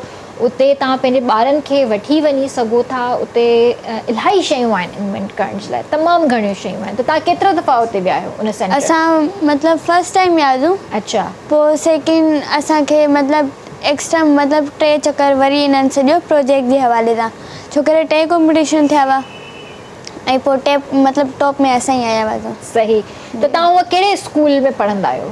असां एवरग्रीन सेकेंडरी स्कूल। अच्छा, उहो किथे आहे? कराची में? वो हिजरत कॉलोनी। अच्छा, सही, ज़बरदस्त। तो मतिलबु पाकिस्तान जे स्कूल्स मां इहो हिकिड़ो यानी चइजे त लकी स्कूल आहे। हा, असां लाइ त लकी आहे। तव्हांजे लाइ लकी आहे, बल्कि सभिनीनि जे लाइ लकी आहे, पूरे पाकिस्तान जे लाइ लकी आहे। हाणे त कोशिशि करे ॿार चवंदा त असां इन ई स्कूल में एडमिशन वठूं न। ज़ाहिर आहे। तव्हां घणा भाउ भेण आहियो बिस्मा? असां 7th, मतिलबु 5 ब्रदर्स त न, असां 2 सिस्टर आहियूं। ऐं तव्हां कहिड़े नंबर ते आहियो? मुंहिंजा 2 भाइर आहिनि वॾा, पोइ मां आहियां। अच्छा, 3rd नंबर ते। यानी उहे बि अञा नंढा आहिनि? वॾा आहिनि। उहे वॾा आहिनि? मूंखां 2 वॾा आहिनि। अच्छा। ऐं 3 नंढा आहिनि। 3 नंढा आहिनि। तव्हां पाण 13 इयर्स जा आहियो, त उहो केतिरा वॾा हूंदा? मुंहिंजो जेको वॾो भाउ आहे उहो आई थिंक आहे 20 इयर्स जो। अच्छा। ऐं मुंहिंजो जेको असद भाई आहे उहो 14-15 जो आहे। मां 13 जी। पोइ मूंखां हिकिड़ी नंढी भेण 12, 10 ईअं ई आहिनि सभु। अच्छा, माशाअल्लाह। पोइ भाइरनि तव्हांखे छा चयो जॾहिं तव्हां वञो पिया त? उहे बि जाम ख़ुशि थिया, उन्हनि बि ख़ुशी जो इज़हार कयूं। मतिलबु ईअं त न लॻंदो त असांजा भाइर चवंदा असांखे, पर उन्हनि जाम काफ़ी सपोर्ट बि कयो असांखे। ऐं अम्मी जो छा हुयो त एॾा ॾींहं कीअं रहंदसि मां बिस्मा खां सवाइ, ईअं कुझु चई? जी, अम्मी जी त इहा हालत हुई। हा, अम्मी त मतिलबु काफ़ी कोशिशि कंदी ॻाल्हाइण जी, पर असांखे टाइम कोन मिलंदो ॻाल्हाइण जो। होॾा असां एक्टिविटी में मसरूफ़ हूंदा हुआसीं। अम्मी जे खाधे जी यादि आई? उते 7 ॾींहं तव्हां गुज़ारिया, जेके बि 7-10 ॾींहं? अमेरिका जो खाधो न राज़ आयो असांखे। बिल्कुलु बि न। पेट ख़राबु थी पियो? जी, थींदो आहे इहो। उहो असल में छा आहे जो असां हिते पकनि घीअनि ते ऑयल ते हिरियल आहियूं न हा। ऐं 10 दफ़ा 50 दफ़ा साॻे ई घीअ में तेल में सणभ में जेका शइ पकल पकल पकल उहा खाई खाई खाई असांजो मैदो जेको आहे न सफ़ा अजीब थी वियो आहे। सो साफ़ सुथरी शइ असांखे उहो ई हज़म कोन थींदी आहे। सो इहो सिर्फ़ु तव्हां सां न आहे, मूंसां बि थींदो आहे। मां बि अगरि पाकिस्तान खां ॿाहिरि वञा त मुंहिंजो बि अक्सर करे पेट ख़राबु थींदो आहे। त इहो सभिनीनि जो हाल आहे, इहो सिर्फ़ु तव्हांजो कोन्हे। आप लोगों का भी पेट खराब हुआ बाहर का खाना खा उनका खाना ऐसे था लाइक डाइटिंग फूड था। जाहिर है वो नो फैट नो ऑयल नो सॉल्ट खाते ही ऐसे ही था। वो सिर्फ वो कहते हैं घास फूस और वो फ्रूट वो ऐसे ही था। उनमें सुबह नाश्ते में हमें एग देते थे, ब्रेड देते थे और फ्रेश जूस देते थे बस। और साथ में आलू देते थे। उधर हम सुबह 6 बजे हम उठते थे और रात को तकरीबन 10 साढ़े 10 बजे हमें सुला दिया, क्योंकि सुबह जल्दी उठना होता था। और उधर का जो डिनर देते थे 5 बजे हमें डिनर खिला देते थे। सही। जल्दी से जल्दी वो और हम खिला लोग देते, फिर रा- एक्टिविटीज़ पे हम ध्यान और देते। हम लोग जो रात को सोते थे तकरीबन 9 बजे सो जाते थे। अच्छा सुबह 7 बजे उठाते थे हमें, जो हमारे ट्रेनिंग्स होते थे वो हमें आकर 7 बजे उठाते थे और हम आधे घंटा देते थे तैयार होने के लिए। और 6 आपको बजे पता से है- वो स्टार्ट हो जाते और थे। आपको पता है जो लड़के होते हैं उनको ज़्यादा टाइम लगता नहीं है तैयार होने में। 5 मिनट का बस यूं चुटकी मारो और तैयार हो जाते हैं। तैयार हो गए और वाकई। हम लोग रात को भी यही करते थे, चेंज करने जाते थे, ब्रश करते थे और आकर सो जाते थे।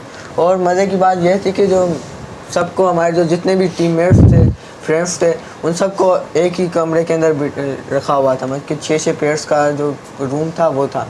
और मैं अकेला वो था कि जो अपने फ्रेंड से बिछड़ गया था उधर जाके। मेरा जो रूम थे ना वो मेरा सबसे अलग था। और मेरे साथ जो हमारे रूममेट थे ना वो आप सोच नहीं सकते, मेरे साथ थे ताइवान के लड़के।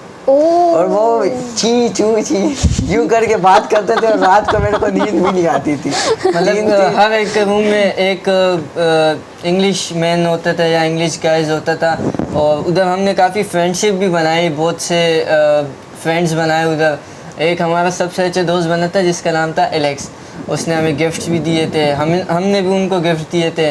हमने उसको अपने पाकिस्तान का नोट दिया, उसने अपने कंट्री का नोट दिया था। वाह, फिर यहाँ पे आके कैश कराया या नहीं कराया? नहीं, वो एक यादगार के तौर पे।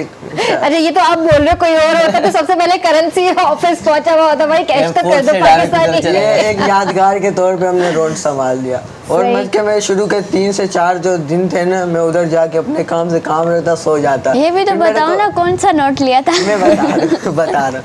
तो जो आखिर के मतलब के 2-3 दिन मेरे पास बचे हुए थे, मैंने बोला क्यों ना इनके साथ थोड़ी तफरी की जाए। तो सही। मतलब कि मैंने उनको अपने साथ बिठाया, गेमेशे में खेली, मैंने उनके स्केच भी बनाए। अच्छा। स्केच बनाए और उनको भी काफ़ी अच्छा लगा। उन लोगों ने तस्वीरें खींच के अपनी सोशल मीडिया पे अपलोड कर दी। और मैंने उनको गिफ्ट के तौर पे अपने पाकिस्तानी 50 रुपए का नोट दिया। और उनसे 100 रुपये का नोट दिया, जो यहाँ के 1000 रुपये के बने। उन्होंने अपने कंट्री के 100 रुपए का नोट दिया, जो इधर के तकरीबन 932-33 रुपए 950 बनते। रुपये का तो फायदा फिर किया। ये- मतलब सही चैनल ने जेको पाकिस्तानी चूनो हड़ंदो इधर- चूनो हड़ी आया अमेरिकन। इधर ये कहना गलत नहीं होगा कि 5 दिन में पैसा डबल। लेकिन एक बात है कि हमारे पाकिस्तानी में भी बहुत ज़्यादा टैलेंट है।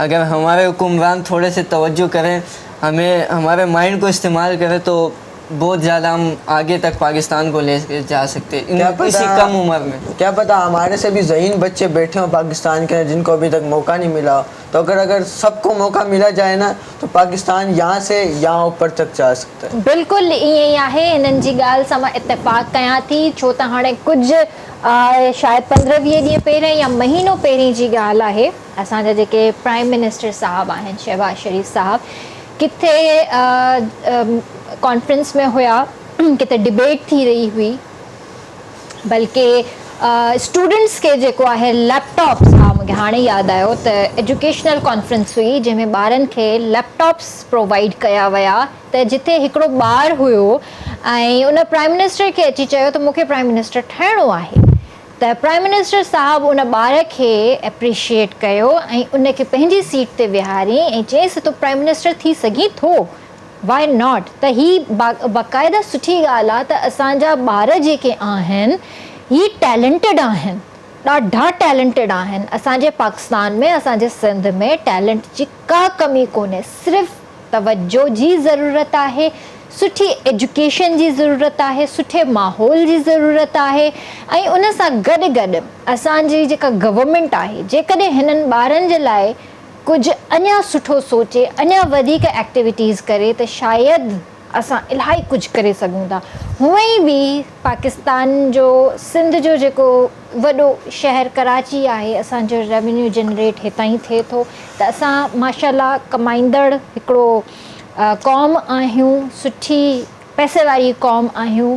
ऐं ईअं मां नथी चई सघां त असां बिल्कुलु ग़रीब आहियूं, न, असांजो माशाल्लाह मुल्क ॾाढो अमीर आहे, बसि थोरी तवज्जो जी ज़रूरत आहे। असां वटि उहे शयूं आहिनि, उहे नेमतूं आहिनि जेके कंहिं वटि बि कोन्हनि के। असांखे अलाह साईं मालामाल कयो आहे, असांखे अलाह साईं एॾो कुझु असांजे मुल्क में ॾिनो आहे जो हर कंहिंजी नज़र आहे इन ते। पर जेसीं ताईं जान में जान आहे, इनशाअल्लाह अलाह हिफ़ाज़त कंदो, असां हिफ़ाज़त कंदासीं पंहिंजे मुल्क सां, मुल्क जी, ऐं पंहिंजे मुल्क जो नालो रोशन कंदासीं। ही ॿार आहिनि जेके नालो रोशन करे रहिया आहिनि। आपकी वैसे क्या एक्टिविटीज़ हैं, क्या करते हैं आप? हम स्टूडेंट हैं। स्टूडेंट्स तो हैं, लेकिन उसके साथ साथ और क्या करते हो? साथ में मतलब कि मैं टिकटॉक भी बनाता हूँ। अच्छा टिकटॉक पे क्या साइंटिफिक टिकटॉक बनाते हो या वैसे ही नॉर्मल एक्टिंग वाले? वैसे ही नॉर्मल जो आजकल पाकिस्तान के ट्रेंड में चल रहा है, पबजी की वीडियोस अपलोड करो। हाँ, जो गेमों से मना करवाता वो खुद भी खेलते हैं। अच्छा ये गेम एक हद तक खेलनी चाहिए, ज़्यादा अगर आप गेम खेलोगे तो उसका साइंटिफिक इफेक्ट भी पड़ता है। मेंटली तौर पे आप डिस्टर्ब हो जाओगे बहुत ज़्यादा। जहाँ तक हमें पता है। इहो मूंखे यकीन आहे त तमामु घणी खेॾंदा हूंदा। हाँ आहे। ऐं तव्हां छा कंदा आहियो? असां कुझु बि न। कुझु बि न? मतिलबु छो एॾो मतिलबु तव्हां छो ईअं पंहिंजो पाण खे कयो आहे त मां कुझु न कंदी आहियां, कुझु कयो? न, ये घर में तो मां काफ़ी मतलब पंहिंजे घर डेकोरेट वग़ैरह काफ़ी ॿाहिरां शयूं आणींदी आहियां, ठाहींदी आहियां, जीअं प्रोजेक्ट ठाहींदा आहिनि ईअं ई मां मतलब डेकोरेशन जी शयूं ठाहींदी आहियां, पोइ लॻाईंदी आहियां घर में। अच्छा, यानी मूंखे मतलब सुठो लॻंदो आहे। हाँ, डेकोरेशन वारी शयूं कंदा आहियो। उन सां गॾु टिकटॉक जे ठाहींदा तव्हां ठाहींदा आहियो? न, बिल्कुलु बि न। मूंखे शौक़ु ई न आहे अहिड़ी शयुनि ते। सुठी ॻाल्हि आहे, ॾाढो सुठो था कयो पिया। ऐं अॼुकल्ह जी छोकिरियुनि खे बि थोरो इन शइ खां परे रहणु घुरिजे, न ठाहिणु घुरिजे। तव्हांजा बाबा छा कंदा आहिनि? उहे त अञा फ़िलहाल स्टूडेंट्स आहिनि। बाबा तव्हांजा? बाबा हा, तव्हांजा बाबा स्टूडेंट आहिनि? न, मूंखे लॻो भाइर वाइर। न न, तव्हांजा बाबा फादर, तव्हांजो फादर छा कंदा आहिनि? ऑफिसर आहे, ASI। ASI आहिनि। जी, अच्छा, ASI। सही सही सही, माशाल्लाह, ॾाढी असां सुठी ॻाल्हि मतलब आहे। हिते जो अमेरिका जो जाम मतलब चेंज आहे। होॾां उथंदा आहिनि जल्दी, नाश्तो 8 बजे, ऐं जेको मतलब ॿारहें जी मानी हूंदी आहे उहो खाईंदा आहिनि 12 बजे, ऐं डिनर कंदा आहिनि 5 बजे। ऐं पोइ असां आया त असांजे पोइ तव्हां हिन मां अंदाज़ो हणो त केॾो कामयाबु मुल्क थी वियो, केॾो सिहतमंद मुल्क थी वियो। जेकॾहिं असां पंहिंजो रूटीन सुठो कयूं न, हिते बि सुबुह जी निंड पूरी करे उथूं, ठीकु आहे, ऐं खाधो पीतो पंहिंजो सुठो कयूं, हेल्दी फूड वठूं, ऐं राति जो जेकॾहिं जल्दी सुम्हूं, एक्स्ट्रा जेके शयूं असां जेके कंदा आहियूं राति जे टाइम, स्पेशली लेट जागणु, लेट नाइट क्रेविंग्स जेके असां स्टेटसिस हणंदा आहियूं, late night craving, late night cooking, late night drinking, इहे शयूं जेकॾहिं असां न कयूं त असां केॾा हेल्दी थी था सघूं। इहा त ॻाल्हि आहे। हा न? असां आयासीं कराची में, पहिरीं सुख न पियो अचे, अम्मी असांखे वञिणो आहे अमेरिका, वठी वञो असांखे, वीज़ा लॻारायो असांजो।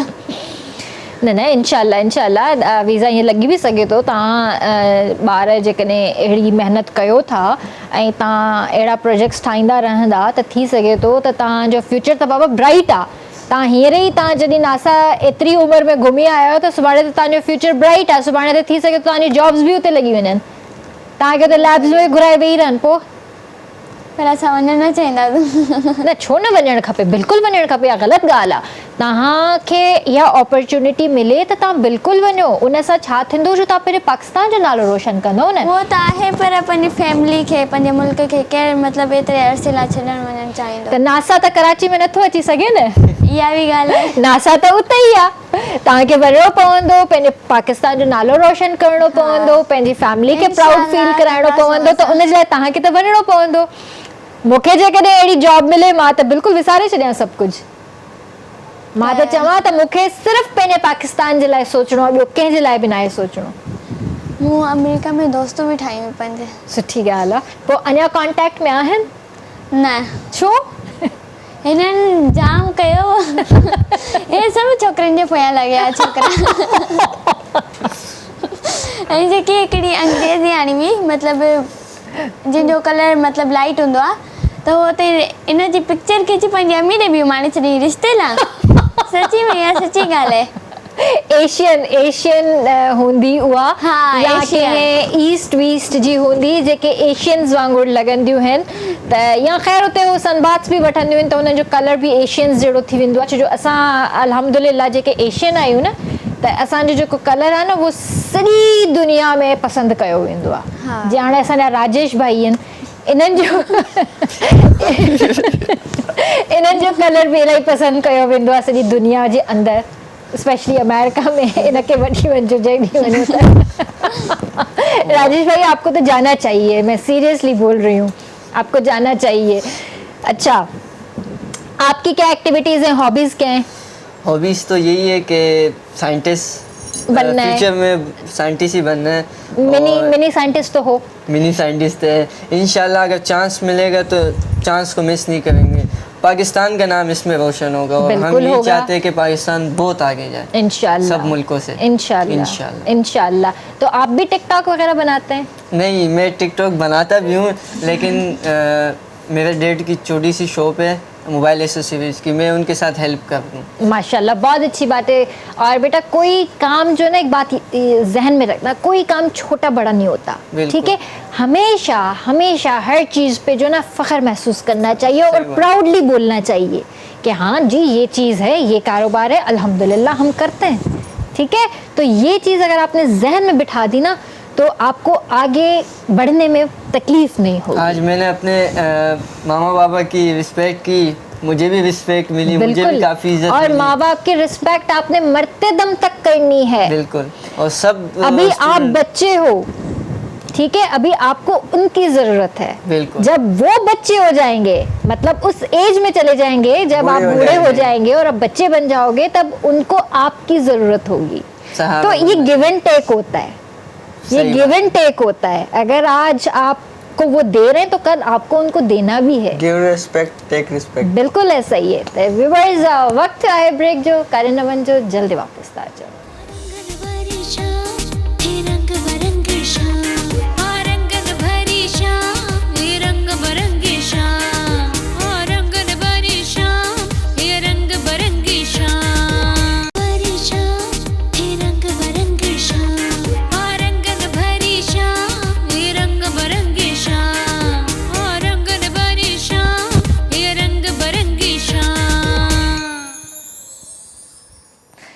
वेलकम बैक व्यूअर्स, बे तव्हांखे भलीकार कंदासीं रंगनि भरी शाम में। ऐं अॼु मूं वटि जेको आहे लिटिल साइंटिस्ट वेठा आहिनि ऐं मिनी साइंटिस्ट आहिनि। बिल्कुलु नासा मां घुमी फिरी आया आहिनि, नंढी उमिरि में ॾाढी वॾी शइ इन्वेंट कई अथनि ऐं एंटी ग्लासिस ठाहिया अथनि ड्राइवर जे लाइ, ऐं एंटी स्लीप ग्लासिस ठाहिया अथनि ड्राइवर्स जे लाइ। त इहा हिकिड़ी फ़ख्र जी ॻाल्हि आहे असां सभिनीनि जे लाइ त ही नंढड़ा ॿार एतिरी उमिरि में एॾो वॾो कमु करे सघनि था। त तव्हां जेको हींअर ब्रेक में एॾो ॻाल्हायो पिया, त तव्हां साम्हूं एॾो छो कोन था ॻाल्हायो, इहो ॿुधायो पहिरें। हो तॾहिं छो करे अगरि मां पर्सनल बि तव्हांखां ॻाल्हायां न, अगरि चवंदमि त पोइ हे वरी वञी ॿुधाईंदा इन्हनि खे, मतिलबु ख़बर आहे न, त चवंदा छा लाइ तव्हां चयो, छो चयो? न कुझु बि न, तव्हां त सुठियूं सुठियूं ॻाल्हियूं था कयो, तव्हां त मज़ेदार ॻाल्हियूं पिया कयो, मां त इंजॉय पई कयां तव्हांजी ॻाल्हियूं। त तव्हां छा कैमरा खां त घबरायो छा? बिल्कुलु बि न। हाणे असांजो एक्सपीरियंस थी वियो आहे केतिरा, मतिलबु असां ॾिना आहिनि इंटरव्यू, बल्कि तव्हां त तंग बि थियूं पिया। हाणे तंग था थियो, हिते पिया तंग थियो या इंटरव्यूज़ में पिया तंग थियो? इंटरव्यूज़ में। ऐं हिते त मज़ो पियो अचे। हिते मज़ो पियो अचे? अच्छा, ॿियनि जॻहनि ते मज़ो न आयो? ॿियनि ते बि आयो, मतिलबु सिंधी त सिंधी हूंदा आहिनि न, तॾहिं करे ये चीज़। अच्छा, सही। अच्छा, तव्हां मूंखे इहो ॿुधायो त तव्हां उते कुझु पार्टी वार्टी कई उते कुझु फ्रेंड्स वग़ैरह सां या न? मां मतिलबु अमेरिकन ठाहियूं, मतिलबु अमेरिका सिटी मां ई आया हुआ। 5 फ्रेंड्स ठाहियूं, रूममेट हुई असांजो। मतिलबु फस्ट नाइट ते ई असांजूं मतिलबु उहे फ्रेंड थी वियूं हुयूं। अच्छा, ऐं मां उन्हनि खे पाकिस्तानी डांस बि सेखारियो ऐं बल्कि उन्हनि मूंखे अमेरिका जो डांस करे बि ॾेखारियो। अच्छा, हा, ॿुधायो बि काफ़ी सॉन्ग्स वग़ैरह इहे उन्हनि सही। जो, ऐं मूंखे स्टेप्स वेठे ॿुधायो। ऐं पोइ मां उन्हनि पोइ खे तव्हां gift वीडियोस ॾिनो। कोन ठाहियो? अॼुकल्ह ॾाढो ट्रेंडिंग थो हले बारबी गर्ल। न, पर असां मोबाइल न हुआ न। हा, त पोइ तव्हां उन्हनि ते कुझु मेकअप शेकअप करे कुझु बारबीज़ न थियूं हुयो, नंढियूं नंढियूं बारबीज़? बिल्कुलु बि न। बाक़ी सही। हिन वटि त एक्स्ट्रा मोबाइल हो। अच्छा, हमने एक छुपा लिया था छुपा पहले। लिया था, वो और मेरा अगर ही फोन पकड़ाई था। होती फिर? नहीं, वो हमने बहुत प्राइवेट जगह पे रखा था उसको। अच्छा, हमने मत के जब हमारा दिन था ना मोबाइल लेने का, सबको तो पता था इनके पास मोबाइल सबके पास है, लेकिन किसी को ये नहीं पता कि हमारे पास एक एक्स्ट्रा भी मोबाइल है। सही। हम वो रूम में ही छोड़ कर आ गए थे। रूम में छोड़ कर आ गए थे तो फिर किसी को पता भी नहीं चला। जो हमारे साथ बच्चे थे उनको भी खबर नहीं थी, हम दोनों के अलावा। अच्छा, वो इत्तेफाक हुआ था। अगर ये ले आते ना वो भी तो वो भी इन्हनि खां वठी छॾनि। मैंने उस दिन हाँ। सबको बोला था कि भाई मोबाइल नहीं लेके आओ, और उस दिन मैं खुद भी ले गया मोबाइल, ओहो। और मेरे से भी ले लिया। और उसी जो मेरे पास फ़ोन था उसी के ज़रिए मैंने सबकी पिक्चरें ली थी, और जो मेमोरीज हमने कलेक्ट की अंदर की, जो मोबाइल नहीं था, सबसे फिर भी यादगार हमने- मेमोरी ये थी कि मैंने उधर एक लड़के के साथ डांस किया। जिसका नाम जेम्स था। जेम्स, और अच्छा। मैंने उसका निकनेम जेम्स बॉन्ड रखा था। अच्छा। वो बॉलीवुड मूवीज का सुपरस्टार है। हॉलीवुड का। हॉलीवुड। हाँ, और काफ़ी उधर इन्जॉय किया, मतलब उधर हमें दूसरे मुल्कों से लाइक चाइना हो गया, ताइवान हो गया और लंदन हो गया, बहुत सारे कंट्रीज से आए हुए थे। और लास्ट वाले दिन बड़ा मज़ा आया था, ग्रेजुएशन वाले दिन, जब हमें सर्टिफिकेट्स मिले, बैजेस मिले, मेडल्स मिले। आप लोग लाए नहीं वो सर्टिफिकेट्स? लाते, हम दिखाते वो हमारे अपने यहाँ पे स्क्रीन पर। आपको लाने थे वो, ता भी ना दो। याद न रहे। नहीं, या तो अचीवमेंट है या तो बाकी वो बेल्ट लाए हुआ, बेल्ट दिखाओ ना। बैज हाँ, बेज, वे- ये जो बेज है ना, हर किसी को एक एक दिया गया। और ये कितने डॉलर का है? आप $1600 $1600 का। पाकिस्तानी 4 lakhs। 4,80,000 58,000। स्पेस कैम ये ग्रेजुएशन बेच था। और किसी को यकीन हो Space सकता है कि Academy। इतना सा बेज इतना महंगा हो सकता है। असां ॾेखारे सघूं था थोरो कैमरे ते? बिल्कुल। अगर कैप्चर करे सघे कोई त। इलाही नंढड़ो बैज आहे पर ॾाढो क्यूट आहे। अली अहमद, सही अचे पियो नज़र? ही बैज आहे व्यूअर्स, स्पेस अकेडमी हिन ते लिखियलु आहे। Camp academy, space academy. Space academy लिखियलु आहे हिन ते। मां हुन वारी कैमरा में बि ॾेखारणु चाहींदसि।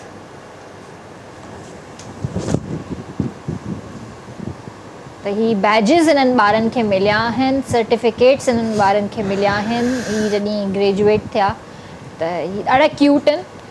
सो ही मेमोरीज़ आहिनि, तव्हां इन्हनि खे संभाले रखिजो। बहुत अच्छा है माशाल्लाह। इसको भी चाहिए कि इसको म्यूजियम में रखना। हाँ, बिल्कुल रखना चाहिए। और जो हमें सर्टिफिकेट्स मिले थे उनकी बहुत ज़्यादा वैल्यू, बहुत मतलब अगर कहीं हम बड़े से बड़ी यूनिवर्सिटी में भी एडमिशन लें तो बहुत इजीली हम वो ले एक सकते स्टूडेंट के लिए सबसे बड़ी अचीवमेंट है। बहुत बड़ी अचीवमेंट है। और मैं यही सजेस्ट करूँगा कि जितने भी स्टूडेंट से मेहनत करते रहो, मेहनत से ही सब कुछ हासिल होता है। हमने भी मेहनत की, काफ़ी बार फेल भी हुए, दिल भी टूटा, लेकिन हमने मेहनत की और एंड में हमें ये नतीजा मिला। हमने हार भी असांजे सर मानी। भी असांखे सपोर्ट कयो, टीचर भी, फैमिली भी सपोर्ट पिया कनि त तव्हां मतिलबु इंशाल्लाह तव्हांजो प्रोजेक्ट थींदो। ऐं मतिलबु असांखे पहिरीं त जॾहिं असां फेल थियासीं काफ़ी ॾुख बि थिए पियो, त हाणे असां थींदो आहे ईअं ई त अॻिते वधंदो आहे इंसानु। ऐं हाणे जेको असांजो इरादो आहे सभिनि जो साइंटिस्ट थियण जो, पर मां चाहियां थी साइंटिस्ट सां गॾु मां पर्सनल पंहिंजे लाइ बि कुझु थियां। त मुंहिंजे बाबा चए थो तूं CSS कर। करे सघो था जेकॾहिं उहो मतिलबु तव्हां करे था वटि सघो न। मतिलबु एतिरो टैलेंट आहे त तव्हां हिकिड़े वक़्त में ॿ शयूं करे सघो था। एतिरो जेकॾहिं तव्हांजो माशाल्लाह ज़हन आहे त तव्हांखे लॻे थो त तव्हां एतिरो टाइम ॾेई सघो था त तव्हां बिल्कुलु करे सघो था। चवंदा आहिनि न त नियत साफ़ तो मंज़िल आसान। हाँ। हमारे पाकिस्तान में ये होता है कि अगर कोई स्टूडेंट होता है वो मेडिकल में जाना चाहता है, उसको पेरेंट्स जो है इंजीनियरिंग में डाल देते हैं, और अगर इंजीनियर बनना चाहे तो मेडिकल में डाल देते हैं, जिससे उसका क्योंकि हमारे पास फील्ड लिमिटेड है, हमारे पास फील्ड लिमिटेड है, हमारे पास महदूद किया गया है पढ़ाई को कि आपके पास या तो आप CSS कर सकते हैं, या तो आप CA कर सकते हैं, या तो आप MBA कर सकते हैं, या तो डॉक्टर बन सकते हैं, या इंजीनियर बन सकते हैं। ठीक है, आप साइंटिस्ट की तरफ तो जा ही नहीं सकते ना, आपके पास बहुत कम लिमिटेड टाइम है आपके पास। और फैमिलीज भी चाहती है कि हमारे मुताबिक चले, लेकिन मैं ये सजेस्ट करूँगा कि स्टूडेंट जो उसको जो दिल कर रहा है वो करने दे, उसी से उसको कामयाबी मिलेगी। और अगर आप सजेस्ट करेंगे और वो नहीं कर पाया तो नाकामी है। तो वो जिस चीज़ को करना चाहता है फिर उसके अंदर पूरा इंटरेस्टेड होता है। अगर पेरेंट्स उस कोर्स के लिए जो करना चाहते हैं, पेरेंट बनाना चाहते हैं, अगर उसके लिए मुतमईन करेंगे तो इतना इंटरेस्टेड होकर नहीं करेगा जितना कि वो अपने ख्वाब पूरे करने के लिए इंटरेस्टेड है। मां न्याणियुनि लाइ चवणु चाहींदसि त मतिलबु उन्हनि जा बि पेरेंट्स न्याणियुनि खे छॾनि त उहे बि करे ॾेखार। अॼु मां वई आहियां अमेरिका, नासा वई आहियां, ॿी बि वञी सघे थी, सुभाणे ॿी बि वञी सघे थी, ईअं हज़ार वञी थियूं सघनि। हाणे इहो त न आहे न त भले उहे कनि थियूं की अने सख़्तु हूंदा आहिनि की भाई इहे न छॾींदा आहिनि, पर अगरि केरु करे थो न त उन्हनि खे मतिलबु ॿुधाए न त असांजो हे ख़्वाबु आहे, असांखे बि हे करिणो आहे, कुझु थियणो आहे। अगर वो चुप ही रहंदा तो ज़िंदगी में कॾहिं कुझु करे ई न सघंदा। सही ॻाल्हि आहे, बिल्कुलु सही ॻाल्हि आहे। ऐं नियाणियुनि खे अॻिते अचणु खपे, जीअं हे पुट आहिनि अॻिते वधनि था त ईअं सां गॾु गॾु नियाणी बि आहे, उनखे बि अॻिते वधण जो हक़ु आहे। सो चवंदा आहिनि न त हिकिड़ी अखि पुटु आहे त ॿी अखि जेको आहे तव्हांजी नियाणी आहे, त ॿई अखियूं बराबरि हूंदियूं आहिनि। त इन ई तरह सां जॾहिं तव्हां पंहिंजे पुटनि खे पढ़ायो था त पंहिंजी नियाणियुनि खे बि लाज़मी पढ़ायो ऐं उनखे उन मुक़ाम ताईं पहुचायो जो सुभाणे तव्हांखे ई प्राउड फील थिए त हा मुंहिंजो पुटु जेकॾहिं एतिरो लाइक़ फ़ाइक़ आहे त मुंहिंजी धीउ बि उन खां घटि कोन्हे का। त ॿई अखियूं बराबरि हूंदियूं आहिनि, त ॿई औलाद जेका हूंदी आहे न उहा औलाद ई हूंदी आहे। त पढ़ाइणु ॿिन्ही जो हक़ु आहे। तव्हांजो बि फ़र्ज़ु आहे त तव्हां उनखे सुठी एजुकेशन ॾियो, पोइ उहो उनजी मर्ज़ी तो कहिड़ी बि फील्ड चूज़ करे।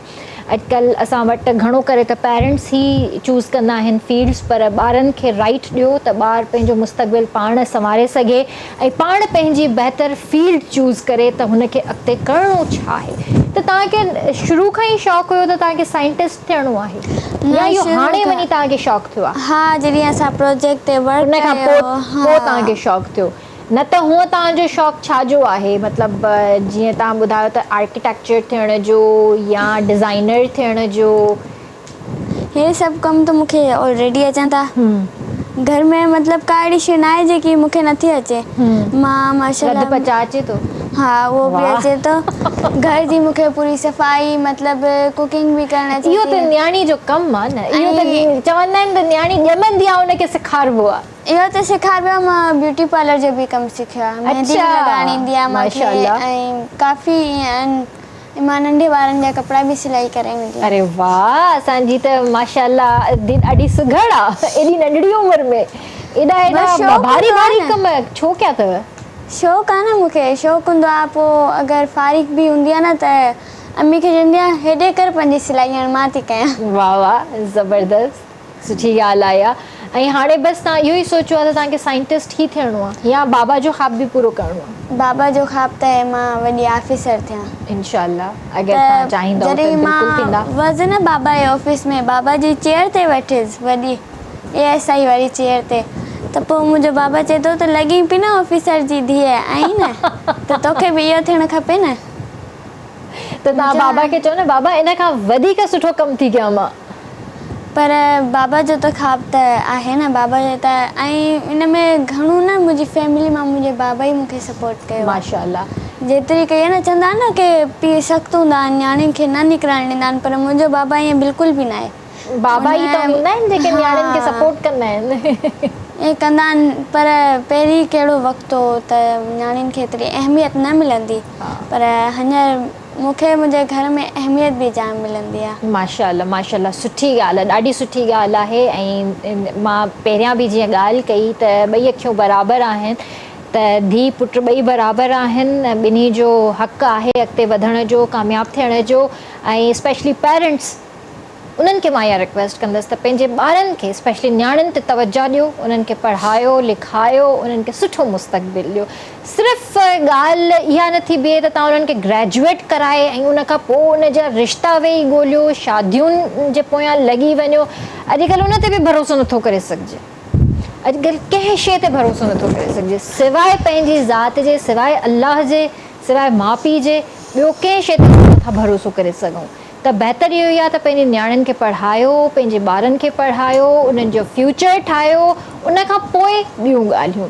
तो आप लोगों का भी यही शौक था, शुरू से ही साइंटिस्ट बनना था या अब जाके आपको भी शौक हुआ है? शुरू में तो जब जब मैं छोटा था तो मुझे स्पोर्ट्समैन बनने का बहुत शौक था।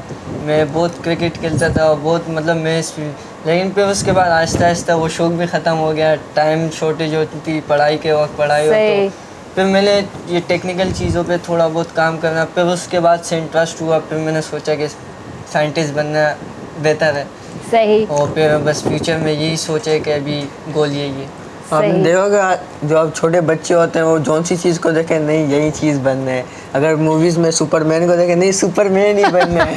अगर स्पोर्ट्समैन को देखें स्पोर्ट्समैन बनना है, व्लॉगर को देखें व्लॉगर बनना है। तो मन के जो उनका जो सही फैसला होता है वो थोड़ा बड़ा होने के बाद होता है। तो मेरा भी पहले यही था कि व्लॉगर बनूंगा, यूट्यूबर बनूंगा, पबजी खेल के कुछ नाम कमाऊंगा, लेकिन अभी समझ आई कि अभी नहीं, कुछ बड़ा करना है पाकिस्तान के लिए। मुझे ये बताओ कि पबजी खेलकर बड़ा आदमी बनना, नाम कैसे कमाया जाता है? मुझे तो बहुत जहर लगती है ये गेम। ये आपको जहर लगती होगी लेकिन ये गेमर से अच्छा और कोई समझ नहीं सकता। नहीं क्या है क्या इसके अंदर? ये सिर्फ वो ही मतलब वॉइस चैट है और मतलब वही वॉइस टॉक है उसके अंदर। ये वॉइस टॉक नहीं है इसके अंदर, मतलब के बंदे की जो हुनर है ना वो देखी जाती है। क्या हुनर है इसके अंदर? इसके मुझे अंदर ये हुनर समझ ये नहीं आया आज तक। बच्चों का दिमाग आ रहे जो दिमाग वो कह रही है इन शे में समझ में कोन आया बात इन में एक्चुअली आहे छा? Just waste of time. Actually ये एक बहाना है यूट्यूब पे आने के लिए। ये अगर इसके जरिए आप यूट्यूब पे आओगे तो आपका फेम भी बन जाएगा और उसके अलावा आप जो इनकम पबजी वालों से अच्छा और कोई समझ नहीं सकता। अभी जो डकी भाई को जानने वाला है ना, वो डकी भाई के जो फैन है वो उससे अच्छा कोई समझ नहीं सकता। डकी भाई ने पहले पबजी से नाम कमाया, अभी वो पाकिस्तान का नंबर 1 व्लॉगर बना है और उसकी महीने की इनकम तकरीबन 1.3 मिलियन डॉलर से।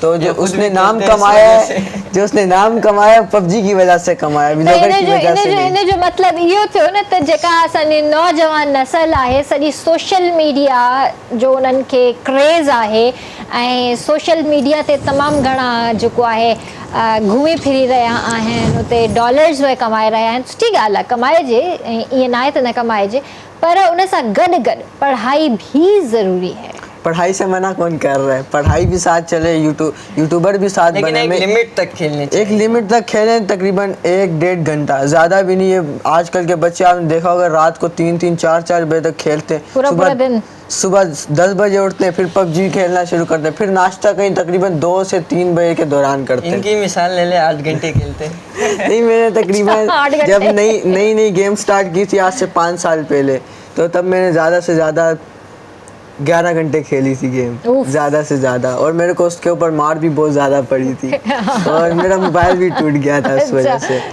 मूंखे इहा कॾहिं बि सम्झ में गेम कोन आई। ऐं मुंहिंजो नंढड़ो भाई टियो, उन बि तक़रीबन 4-5 साल पहिरियां जॾहिं इहा गेम स्टार्ट कई, हुनखे त दड़का ॾेई असां बंदि कराए छॾीसीं।